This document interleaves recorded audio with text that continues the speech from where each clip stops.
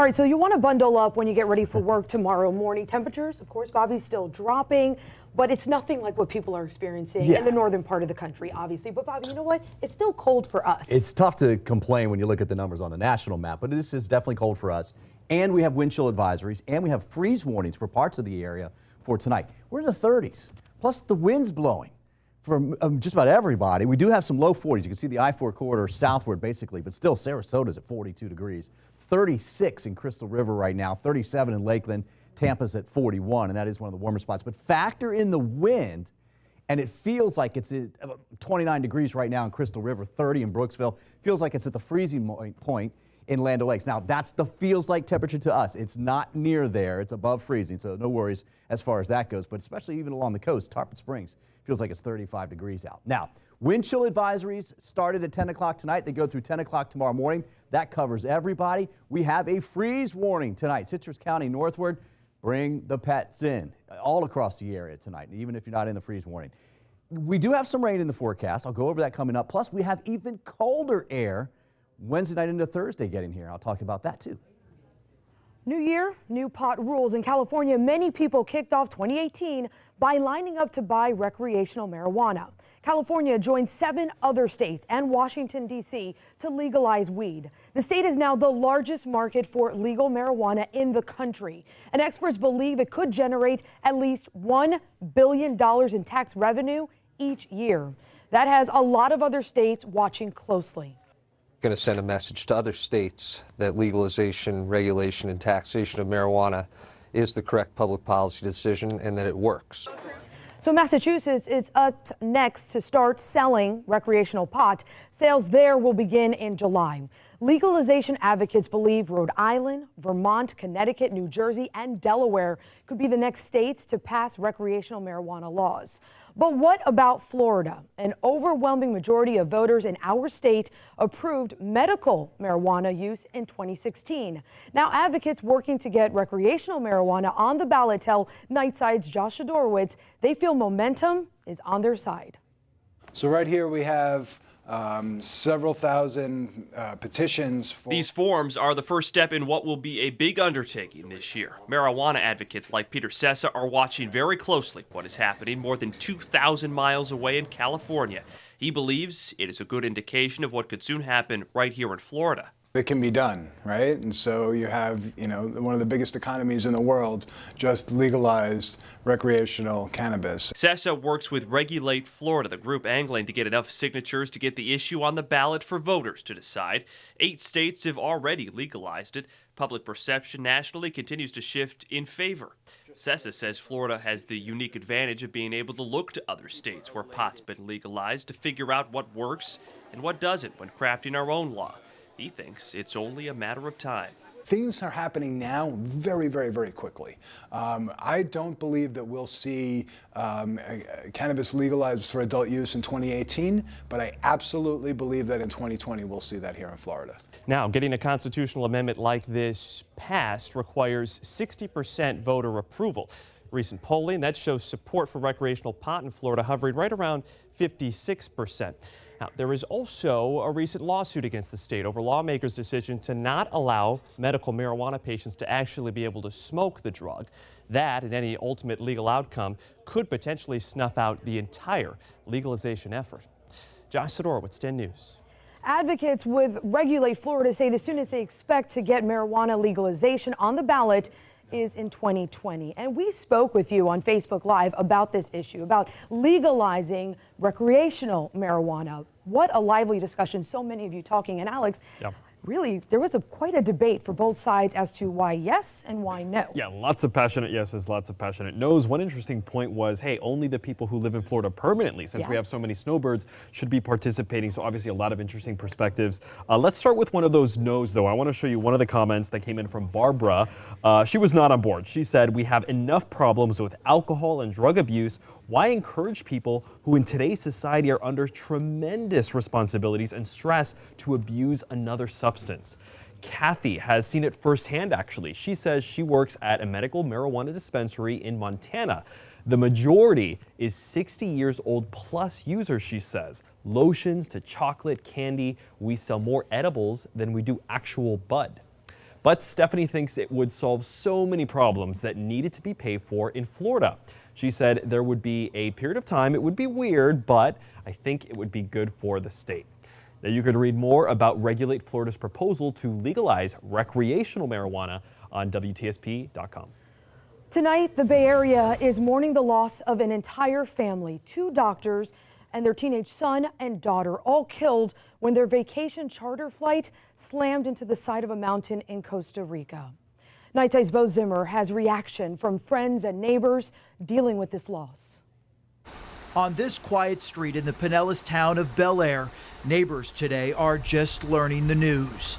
Absolutely shocking. Doctors Mitchell and Leslie Weiss, both local physicians, would often be seen walking the family dog with their 2 teens, all together as a family.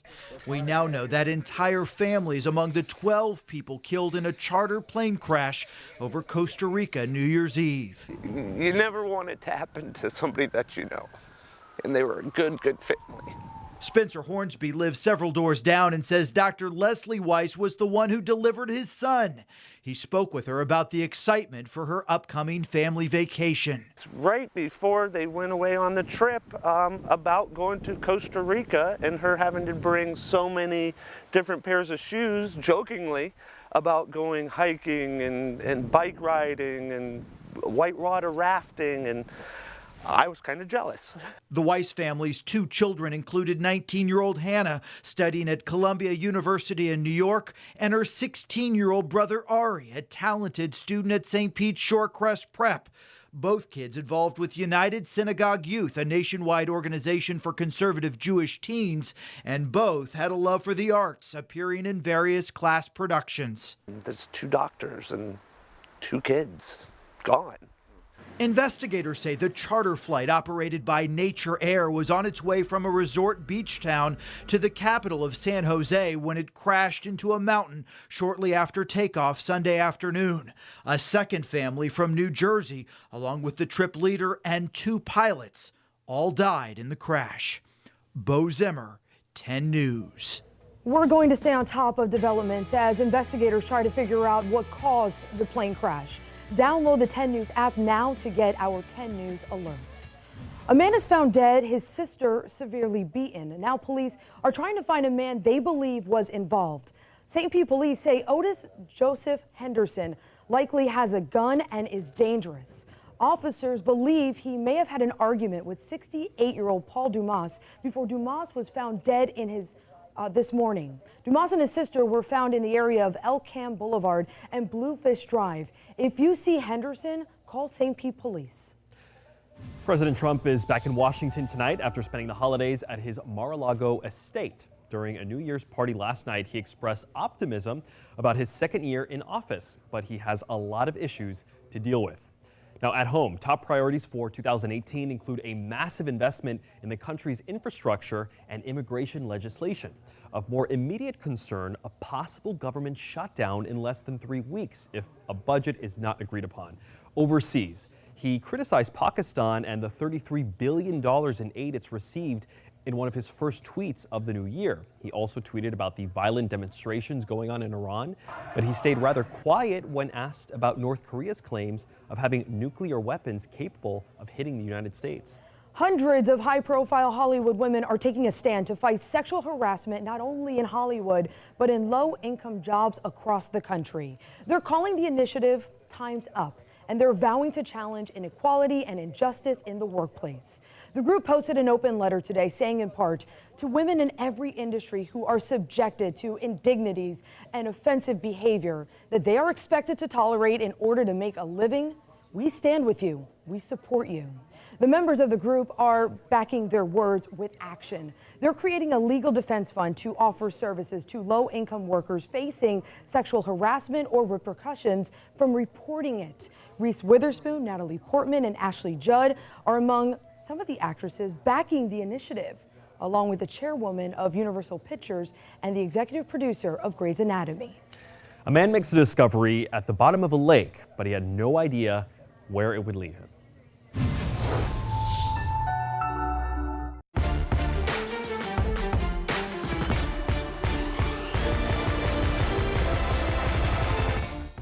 Here's some stories you need to know tonight. Investigators say the man who killed a sheriff's deputy in Colorado posted several YouTube videos criticizing police. They say Matthew Reel posted a video on December 13th saying he wanted to replace the sheriff in Douglas County, Colorado.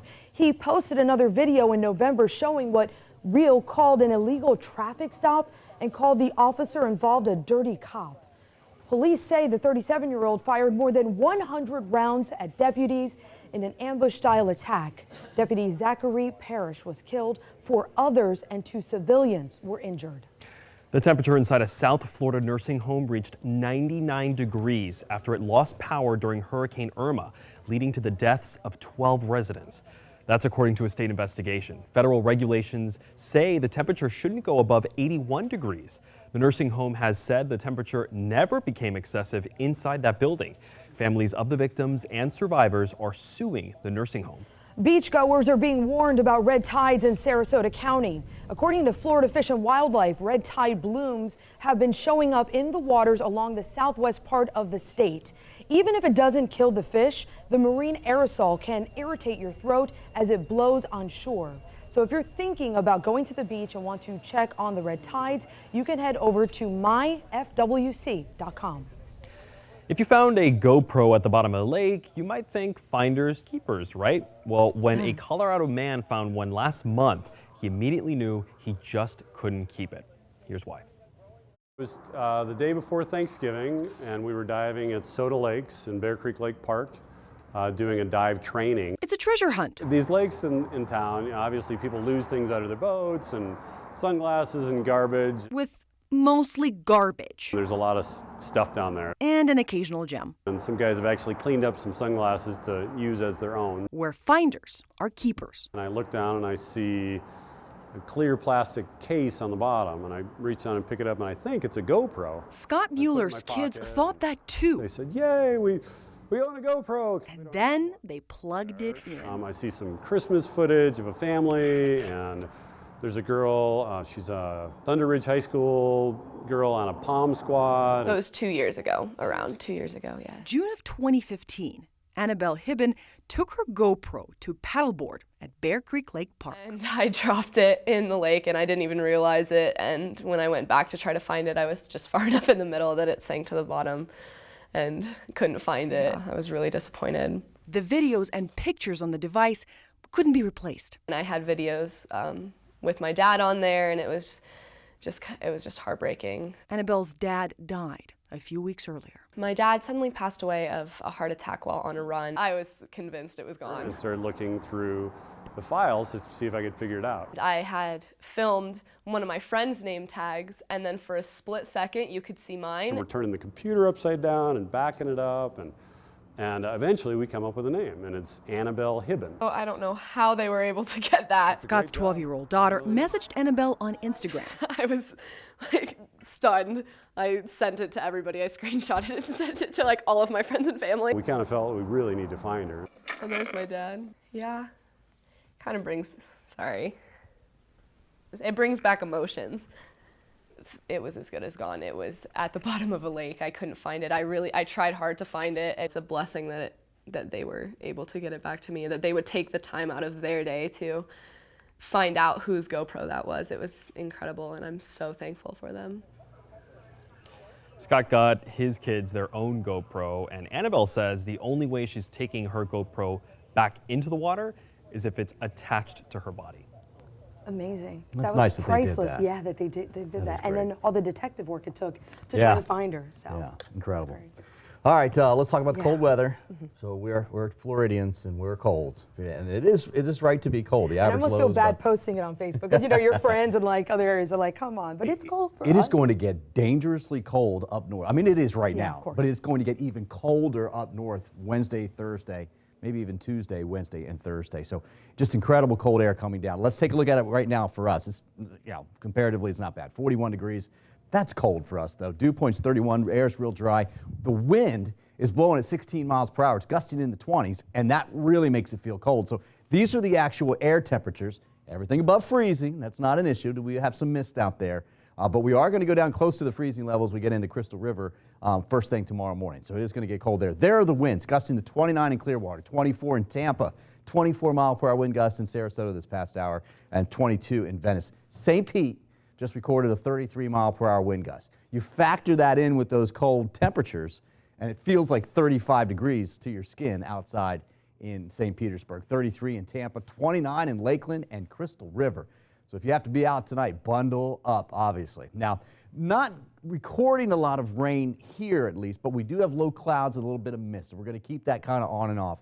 That is some pretty decent rain that's over on the East Coast. That's the very beginning of a low pressure developing. That's not really going to develop until I think we get into tomorrow night and Wednesday off the east coast of Florida. Frontal boundary is through Florida, went through Miami, and look what happened. They dropped down 63 degrees. We were about 46 today, and it was 77 in Miami at one point, 28 right now in Panama City, and Pensacola Beach, I should say, Pensacola. So here's the forecast. I did want to point this out. I don't think we're seeing any frozen precip, but the model's trying to show a little mix coming through for Hernando and Citrus County overnight tonight. Like I said, I just don't think we're going to see it, but temperature's going to be close to the freezing mark for Citrus County northward. Not a lot of rain tonight. We keep the wind up. We drop the temperatures down into the low to mid 30s for the Nature Coast. We'll go upper 30s for the Tampa area, and a little bit warmer to the south, not by much. And then that's tomorrow afternoon, guys, 54 for a daytime high. And then what happens is let me back this up. I want to show you again. We get a little bit of rain. It's not a big deal. It's mist like we've seen today, tonight and tomorrow. And during the afternoon tomorrow, it's not a whole lot of rain, but just low cloudiness. Then eventually what happens is tomorrow night into Wednesday, we start to develop a better chance for rain. And we'll actually warm up a little bit. It's 47 degrees first thing in the morning. Tomorrow morning will be about 39 or 40. So Wednesday morning will actually be a little bit warmer. A mix of precip in the northern part of the state, and then the low pressure is developing, and it's going to take a good storm right up the East Coast. That's going to depend on where the storm track goes, but there's going to be a lot of wind. So if you have travel plans for the Northeast Wednesday night and Thursday, keep in mind there's going to be some issues. For us, we have that wind chill advisory from 10 to 10. So 10 o'clock tomorrow morning, it'll expire. It's going to be a chilly one out there. We are looking at lows basically in the lower 30s to the north, mid to upper 30s, most other locations. And that wind chill includes everybody. Now, the freeze warning is for Citrus and Levy counties, and that'll go till about 9 o'clock in the morning tomorrow morning. Now, the 7-day forecast shows a decent chance for rain on Wednesday, but then a breeze comes back Thursday and is bringing much colder air. So we'll be in the 20s for Hernando and Citrus County Wednesday night, Thursday night, Friday night, before we finally start to warm things back up as we get towards the weekend, upper 50s to upper 60s by Sunday. Now, from your Suncoast Hyundai dealers, this is 10 Sports. The Bucs will try it again in 2018. Dirk Cutter announcing today coordinators Todd Monken and Mike Smith will both be retained, and Cutter himself will continue to call the offensive plays. Now, when Cutter calls Deshaun Jackson's number, D-Jax is normally open. The issue is actually getting him the football. Deshaun Jackson hasn't lost a step or anything like that. Whether it was by play design or whether it was Jameis's injury during that middle part of the season, but we didn't do a good job in that area. He's such an unbelievable player. Like not many quarterbacks get the opportunity to play with a guy like that. So having a guy like that, you gotta work with him, And Deshaun and I have talked about our offseason program. Now it's just time to connect on the big plays. Brent Grimes' offseason will include deciding if he wants to be a Buccaneer. Free agent said today he's going to take some time to think it over, while Cutter made it clear he wants the cornerback to return. Even at 34 years old, Grimes continues to be one of the best corners in the entire NFL.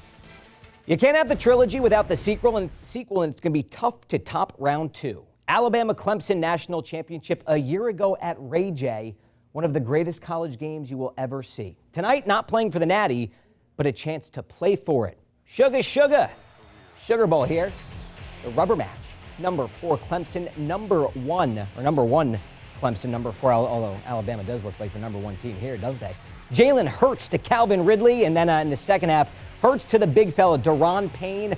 Currently, it's the Tide leading 24-6 in the third quarter. So who will the winner of that game? Rose Bowl, a classic. Oklahoma, Georgia, double overtime.